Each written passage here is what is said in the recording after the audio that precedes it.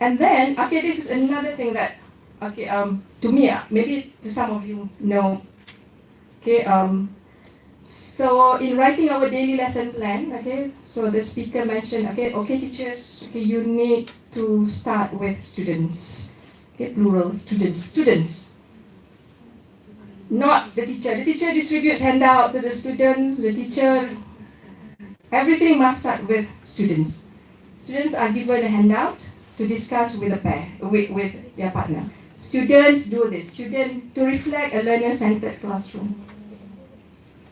And classroom assessment must be conducted in the class before we end our lesson. As simple as checking their understanding, okay, after one activity, just like yesterday, if some of you came to my class, okay, as simple as, okay, who understand, okay, the ideas presented just now, thumbs up. I want to see your thumbs. Okay, thumbs up for those who understand, for those who have ideas, so you can gauge, okay, most of them have understood.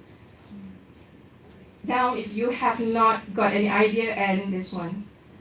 Okay, so we don't really need traffic lights if you don't have any. Okay, it's just as simple as signal, critical. So assessment, classroom, pentaksiran bilik darjah, classroom assessment must be conducted during our lesson. And reflection is a must. Reflection is a must to help us determine whether we need remedial, enrichment, or reinforcement lessons for the next lesson. So reflection. Reflection is for the teachers to determine our course of action in the next lesson. Okay, basically those are the elements that I want to share with you. But I don't know how many of you have online RPH, because to reflect the 21st century educators that we are. So in my school, the group of teachers has provided us with this. Okay, so basically what you have, okay, they are all dropped down. You can just select. Okay, so it's easy. It's easy for the teachers, but okay, you can have the learning. They already prepare the thinking skills, the I think map to be used, resources, the elements across the curriculums, all those. You can just simply tick, tick, tick, tick. Okay? But we may have forgotten the vital part is the learning activities. Okay, how you translate those into the students' activities. Okay, so this is an example.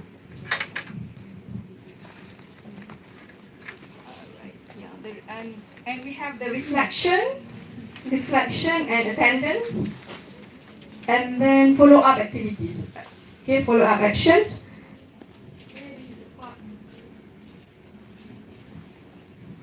What I meant just now, whether we are talking about enrichment, okay, I just listed them, okay, but in reality, I need to actually state, okay, whether the class needs enrichment or remedial, based on my pentaksiran just now, okay, in the activities.